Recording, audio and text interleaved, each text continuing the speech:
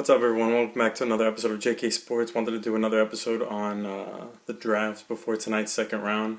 I got here my 5 favorite picks from the first round, and I'll just get right into it.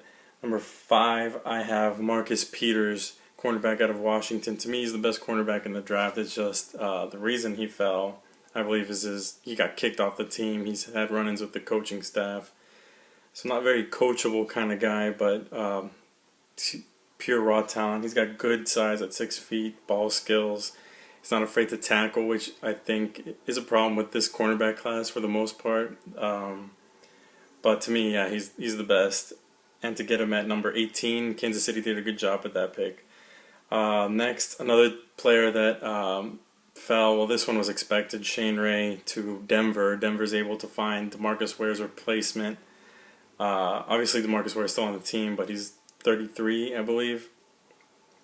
Shane Ray, like I said in the other video, has the best first step out of all the pass rushers, in my opinion. He's relentless, and I think 23rd is a steal. They did have to give up a bit to move up 2 picks, but it may be worth it. Someone may have jumped them to get to him, and Shane Ray, based off pure talent, is a top 10 pick in my opinion. And of course, he fell because of the marijuana incident, and I think he's got a foot injury that people were a little bit worried about. But I think he's big time talent, and to get him in the 20s is good. Next, Devontae Parker, wide receiver out of Louisville, going to Miami with the 14th pick. Not a lot of people had him falling down there. I think they could thank St. Louis for taking Gurley at number 10. I'll get into that in another video, but Parker's 6'3", long arms, has great body control for a dude of his size.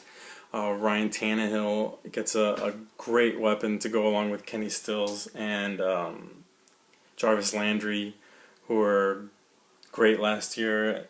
Of course, Stills with New Orleans. Number 2, you guys knew it was coming. Leonard Williams going to the New York Jets. Obviously, not a need at all with Sheldon Richardson and Muhammad Wilkerson being on the team still. Some chatter that Wilkerson may be on the block now, but I would say keep him and just have those 3 monsters on there. Williams, I believe, was the top player in the draft, and a lot of analysts believed so too. I was a little surprised Washington didn't go with him. I get the Sheriff pick, and I think Oakland... I get Amari Cooper, one of my favorite players in the draft. They needed to get Derek Carr a weapon.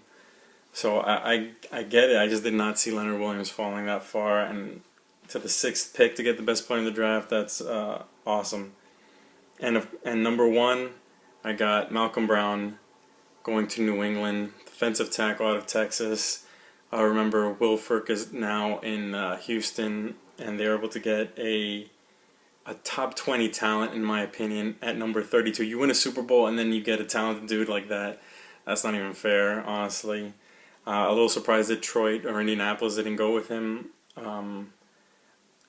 Detroit did get a great guard. I think if you don't count Scherf as a guard, I think Detroit got the best guard in the draft, like in Tomlinson.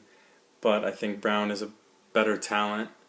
And Indianapolis going with Philip Dorsett, obviously not a need also, but I get it. I'm a big fan of Dorsett. Obviously, call me biased, I'm a Miami fan, but I was the only person who wasn't highly questioning it. Obviously, they have needs on the defensive side, and but yeah, that was big for New England. I think the AFC's got a lot better.